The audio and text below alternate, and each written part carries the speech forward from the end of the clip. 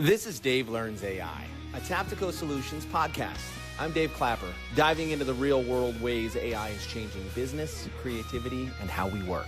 No fluff, no jargon, just practical insights and experiments you can learn from right alongside me. Oh, Dave Learns AI. All right, another edition of, what is our edition here? Season 2, episode 4? I think, yeah, Five? 26 in total. 20. Well, that doesn't mean anything to me. Anyway, it is Dave Learns AI. I am Dave with Nick and Tribble, and I have the most granulated screen I've ever seen in my life. Dave has a camera that is a potato. So it's an Orida camera webcam. It looks really bad this time for some reason. I guess it's the lighting, worse than normal, I think. Well, what the view we see right now is like more granulated than the finished product. They give you a low quality preview. So, oh, good. So it'll be a step better when we watch it on YouTube or wherever we watch it. A step. yes. Yeah, a step above. So here we are. It is time to kind of talk about tools, and that's what we've been doing here in season 2, is trying to present new tools, and it's almost impossible to keep up with. I mean, literally impossible. Just before we jumped on this call, Nick was talking about Claude's new 4.6 Sonnet, which 2 days ago he was talking about Claude's 4.6 Opus, which he was talking about Claude Cowork and Claude Haiku. Claude Code and Haiku. And I mean, that's just on Claude. That's not even including any of the other stuff. I did real quick before we get into what we're going to talk about today, which I'll introduce that so that people know what they're going to walk away with. But I saw somebody in an interview said, if you're in an interview setting and the person who's interviewing says, hey, what AI do you use? And you say ChatGPT, you're pretty much not going to get the job.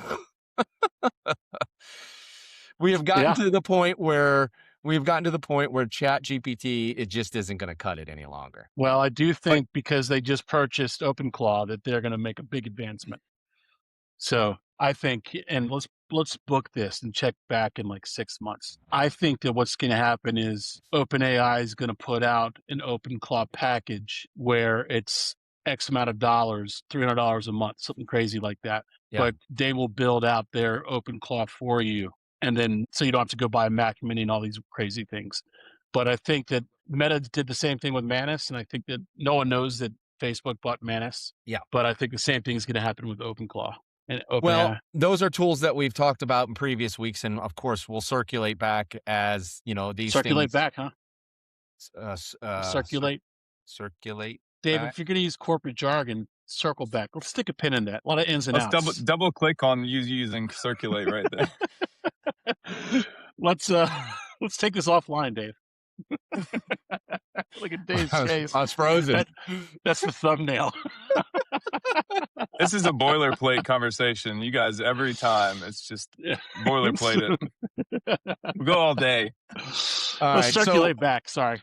We're going to circulate back here for a second. But what I wanted to let you know is if you're tuning in, what you're going to walk away with today is hopefully a little bit of knowledge about the next version or the upgrades to the Manus platform. As Nick said, Manus recently acquired by the Meta Corporation, which is the same company that owns Facebook and Instagram and, I guess tons of other... and the metaverse, which no one talks about anymore.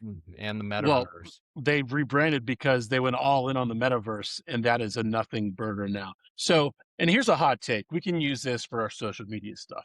Mark Zuckerberg is one of the most successful people on the planet. He hasn't invented shit. Not one thing. He hasn't. Not one thing. Not even Facebook. He stole Facebook from the Winklevoss twins, right? Mm-hmm. And he built it. He bought Instagram. He tried to buy Snapchat, and it just copied him. So he is the glasses, the metaverse. They're going all in on. That's why they renamed their entire company Meta.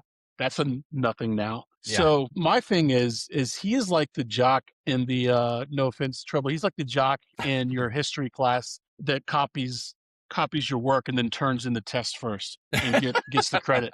Yeah. I will say though, Nick, I think that their stock price is doing okay. All software and AI and social media companies are struggling right now, but I think that there is some real legs with the Meta Ray-Bans, because Apple Intelligence with the goggles is too much. It's too clunky. You have to have it plugged in all the time.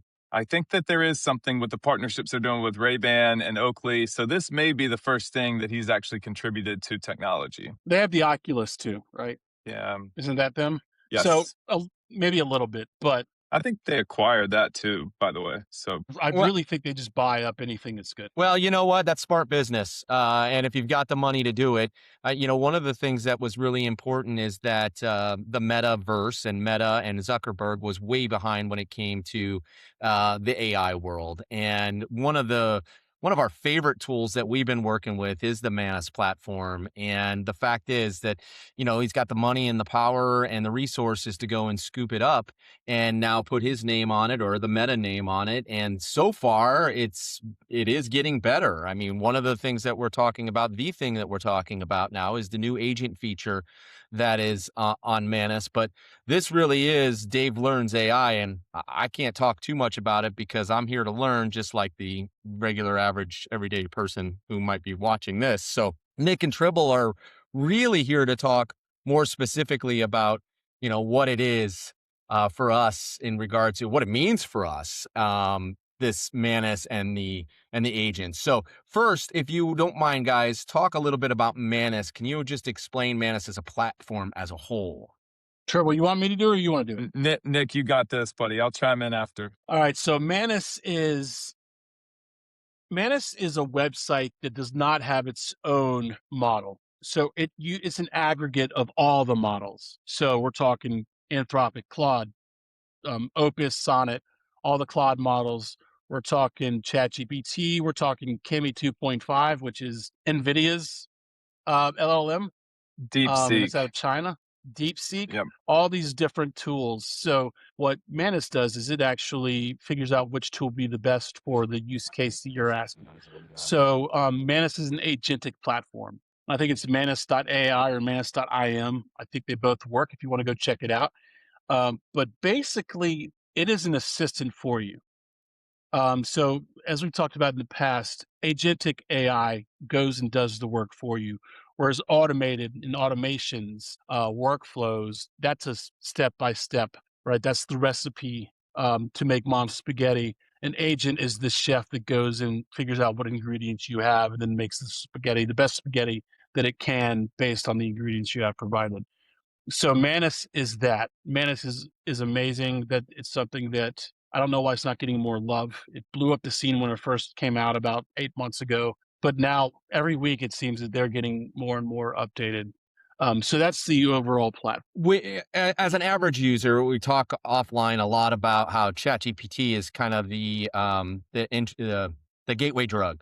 And there are some people are just happy with ChatGPT. It does what it needs to do.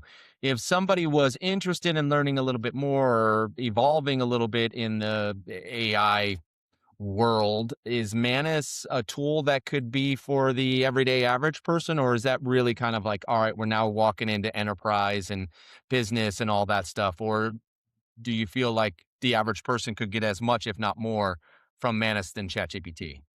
Well, Tribble. I think that, Dave, you Me? mentioned it on our last podcast when we were talking to somebody who was an AI novice and was using ChatGPT for most of his, daily things. And we were talking about all these other tools that he could use. And I think that Manus, like Nick said, is agentic. I think for 95% of people, it takes a little bit of time. I'm a late adopter to Manus, probably later than Nick is and later than you are as you learn things, Dave. So I think that I would be in the camp that Manus is probably not for the average user. Okay. Agreed, Nick? Yeah, it's it depends on who we're talking about, the average user. I would say like ChatGPT is a good spot to start when you're kind of developing how you work with AI. And we've said this before, and we'll keep saying it's more collaborative tool. It's more of a collaborative team member, less tool. So it's less Google. It's more. I started walking down the platform. There's more back and forth. You got to it's going to shoot you something back and you'll be like, oh no, but give me more of that. And that's what I find it is. Is that what you're talking about? Yeah, it's more of a doer. It's like a shower, not a teller. Okay. if that makes sense. So, Yeah. like Google, you say, "Hey, where's some good Chinese food around me?" And it gives you a list of places. You go to ChatGPT, "Where's good Chinese around me? These places. Do you want me to book a reservation?" And then you go to Manus, say, "Where's good Chinese around me? Here, I booked you a reservation." That kind of things. It's like all AI is like Google. The use case of Google, you log on and you have an empty chat bar there, and you have to figure out how to use it. But what this does is it takes it a step further, and it works for you. Uh, so it's pretty awesome. One of the things that, or the reasons why we're talking about it right now is because a major thing shifted in this past week, and that is a new feature within the Manus platform, and that is the agent tab. Can you tell me what the difference is in Manus between just your typical LLM asking questions and the agent part of it, I guess. So I actually asked mine, and it gave me a list of things. All right. So Well, I'll go then, ahead. awesome. I'll go high level with it, right? So Okay. Very meta. very meta, but not meta. But it is meta. It So is it's meta. meta. Oh, meta.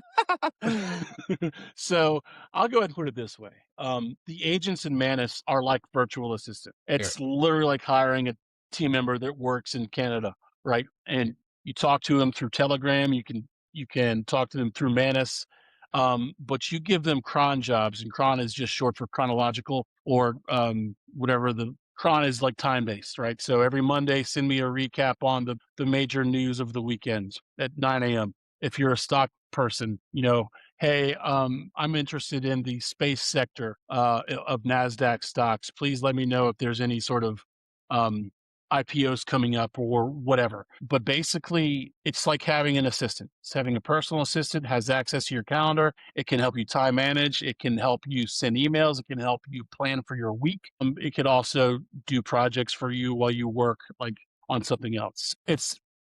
It really is having a virtual assistant that is virtual, literally, and does stuff for you. You name them, you give them personalities, you teach them how to interact with you, and it's a lot of fun. And yeah, Nick, would you say that that's the closest thing to what OpenClaw came up with? Are those pretty synonymous now, the Manus agent feature and what OpenClaw is doing? the one thing, and again, these just came out, right? So one thing that I'm noticing the difference between OpenClaw, which ours is Bo, and the personal assistant in Manus is that you have to train them. You have to put the history and the memory into Manus. Um, I don't know that it remembers across all different threads that you have with it. With OpenClaw, it does. It remembers everything. So that's probably the one thing. Again, I haven't worked with it that much. I'm doing a lot of stuff that's project based. So helping me organize my closet, something like I took pictures and said, how should I organize my closet? Um, I was having an issue with my thermostat. How do I work this thermostat? And it told me, but also I have it sending me weekly reviews and updates for based on my week scheduling, stuff like that. So here's what you have coming up this week. That kind of thing. What are some of the most like complex tasks that a Manus agent can handle? Like, give me an example of something that would be pretty complex that you probably couldn't or wouldn't or don't want to do that you can ask your agent in Manus to do for you. Well, before we do that, if I may, Dave, before I'd like to talk about the simple differences, and then we can talk about how it gets into the complexities. But most of our listeners and most of our people watching this may have used ChatGPT, and me being a late Manus, late to the game a little bit. One thing that I really notice is Manus takes a lot longer to think about things, and that's real time where it's researching, where it's going, it's scanning your files, it's scanning your calendar, it's scanning a website or your social media. And me with content, I used to say, hey, ChatGPT, give me a content plan for the week. Let's talk about how we can reach more people. ChatGPT will immediately respond, and they will give you kind of like a blanket, here's what some industry standards are. It's not necessarily giving me super specific tasks, and it's not like it really knows me on a deep level. With Manus and the agents especially, I noticed that it is going through our website. It is doing a Instagram audit. It's going through our LinkedIn. Why don't you have this? What's your YouTube? And it takes about 2, 3, 4 minutes, which is not instant, but it turns out something that's like much more in depth and much more, I would say, usable for someone like me, because it's like, instead of all the back and forth, telling it exactly what I want, which ChatGPT is great for that. But Manus, it almost like wraps everything in a nice, puts a nice bow on it, and then gives it to you. And that, it's not necessarily perfect the first time, but it's a lot farther along than what you get with one shot with ChatGPT. How does the agent access and integrate like with other applications and services, like, I don't know, Asana or Google Calendar? Is it intelligent enough to connect all those pieces as well? Absolutely. Yeah. So those are called connectors in Manus. Very easy to set up. And I believe those run through MCP servers, which is multi-channel protocol, something like that. But Did you make that up? multi-context. No, I know it's protocol and I know it's multi, but I think it's protocol or multi-context or multi-channel protocol, one of those two. But basically, MCP is like having a universal phone charger that can plug into every phone to charge it up, except the websites. So it connects all these different websites and allows them to speak to one another. And these websites also being the tools. So you can add your connectors in Manus very easily. At the bottom, it says add connectors, and then you literally go in, give them access, give them the right permissions, and then they can read your email. They can do all that stuff, read your calendar, all that kind of stuff. So that's not something Manus could have done before the agent part. Oh, it could have. It could have. Oh, okay. So the agent specifically, for instance, mine can go in and like I said, get me prepped for a meeting. If we have a sales call, I can say, hey, before any sales meeting, and I'll tag a sales meeting, please do deep research on the prospect as well as the person I'm speaking with. Identify some things that their competitors are doing, and then ways that Taptico could potentially help them out. Put together a list of questions for us to review together on this call to see if we're a fit, and then do that for all of my sales calls. That's pretty intense. Yeah. Now, It can it's like having a smart person working for you. okay, so one of the things that I'm becoming more and more confused about with all these tools is the differentiation between them.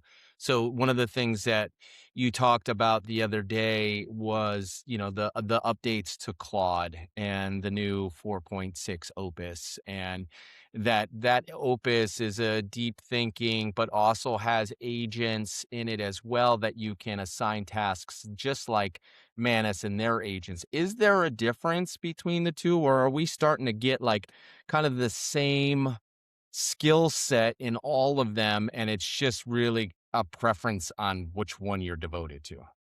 So so with Claude Opus, what Opus allows for is an agent swarm or an agent team.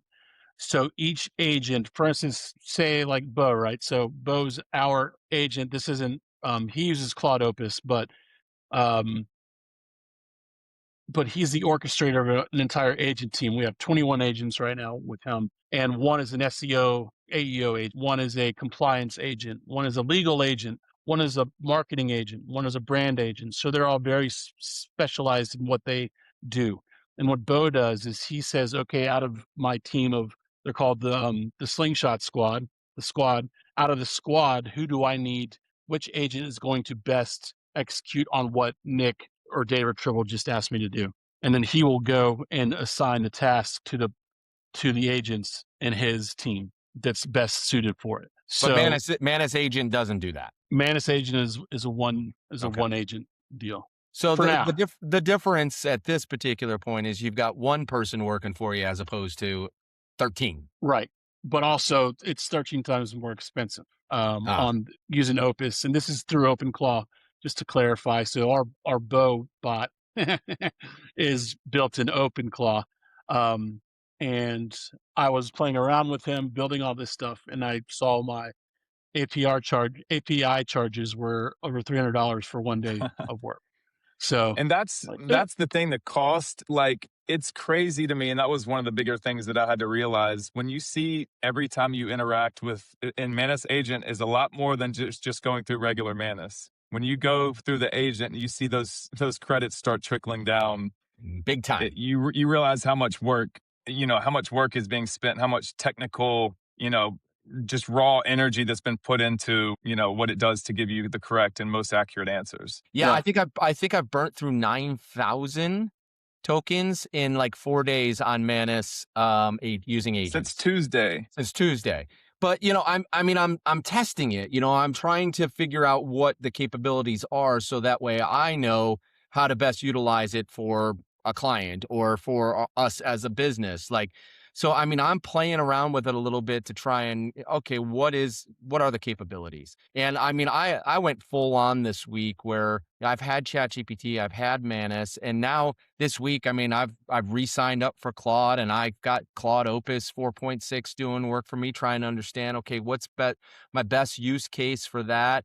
What's Manus going to do for me that others won't? And then still my love for the Perplexity and having the assistant in Perplexity to really guide me through challenging tasks that I may not be equipped for. So it's gotten to a point where, what once was one tool, my tool shed is quite loaded with a lot of different options. And I just got to know which ones to go to. Like I still use ChatGPT, but it literally is for the easy stuff. Like I do not give it a lot of heavy tasks. It is simple. Hey, write this for me, or hey, I got a question about this, or it is not used in my use case for anything that's significant. Putting together marketing strategies, like I just don't. I go elsewhere for that. All right then. Tribble's muted. He's talking, but he's muted. Oh, Let's talk high level, so maybe we can connect with some of the people, the threes that are watching this. We didn't just get here. There's a learning curve, and what we like to tell our clients is, and our prospective clients is, we learned AI so you don't have to. And think of how far that we've come and how intimidated we were at first. But it's just like any new thing. You don't know what you don't know. And then you start to realize the massive amount of information and that looks, but you start chipping away. And I had a conversation with somebody yesterday. I was like, look, and I know the ChatGPT is kind of old hat by now, but I was like, download ChatGPT and just start talking to it, just start engaging with it. And then once you kind of understand how these LLMs work and the agents, that's next level, then you start to learn, then it's not so intimidating. And then you have an aha moment where you're like, oh my God, I can do this, kind of like some of our clients do. That's the coolest part of me for what we're building right now, is just the evolution of things and how our knowledge is just going like this. Yeah. So I would say it really can be interesting to see how, I guess I would say the big three or big four LLM AI companies like OpenAI, Anthropic, XAI, and who am I missing? Anthropic, Open, XAI, and Meta. Sure, Meta. It's not who I'm thinking, but it's going to be interesting to see where they go in the market. So what I do think is that Anthropic they're built on safety. So they want safety, security. And I think they're going to be more of a enterprise level application. I think ChatGPT is going to be more mass market, consumer based. You help me shop, put together my list for Kroger or whatever. XAI is just, I have no idea. It's unhinged. the Wild West. It's the Wild West. I don't use it at all. I don't use I don't use Grok for anything. There's no guardrails. Yeah. And then like Manus, Meta, it'll be really interesting. I think it's going to be more developer focused. So Anthropic, more developer. I think Meta's going to be more developer. Meta's got Olama LLM, its local runs. I won't get in that nerd out, but it'll be really interesting to see who becomes the sales force, right? That was very driven towards the big enterprise, and who becomes the Google Gmail. I'm sharing a screen right now, and the reason why I'm doing it is I want people who are actually viewing this to be able to see this. For those who are listening to an audio version, on our website we have a resources page, and we're talking about tools each week. And it's one thing to hear us talk about it. It's another thing to try and figure out exactly how to utilize it. So if you go to our site, taptico.com, because now we have the M, you can see that we do have free startup guides on how to use Manus agents. If it's something that you're interested in trying to learn and figure out, we obviously offer up a guide and a tool. You'll see in here Perplexity, quick start guide, and there's also one for Moltbot, which that's probably We need to that's update not. that guy. Yeah, no doubt that probably needs to be updated, and it's not for the faint of heart. So, but if you're, if you're interested in learning more, you can definitely do that not only by paying attention to what we have to say, but you can go to our website, taptico.com, and I just think there's some great information on there. And we typically follow up these podcasts as well with additional information on our socials. Our website, the YouTube channel, obviously, if you're watching this or if you're listening on Spotify and Apple, we appreciate you tuning in. We have a second podcast that we're doing. If you like this one, we've got one that's a little different. It's called Taptico Talks. We'll drop this like we do every Monday, and on Fridays, we'll have Taptico Talks, which is just a little bit more about the underbelly of entrepreneurship and kind of what we go through as guys trying to build a business in a brand new world, really, Yeah. and trying to figure out how to navigate through it. Yeah. It's like behind the scenes of chasing the American dream. Yeah. So we'll get better at that, and we're gonna have, like we said, 2 podcasts a week for you guys to listen to. But one is AI strict, and the other is just what it takes to start a business from scratch. Yep. Well, we appreciate you tuning in to Dave Learns AI, and who knows? I have no idea what the tool will be next week. I'm sure it'll be something We need to get HOAI on here.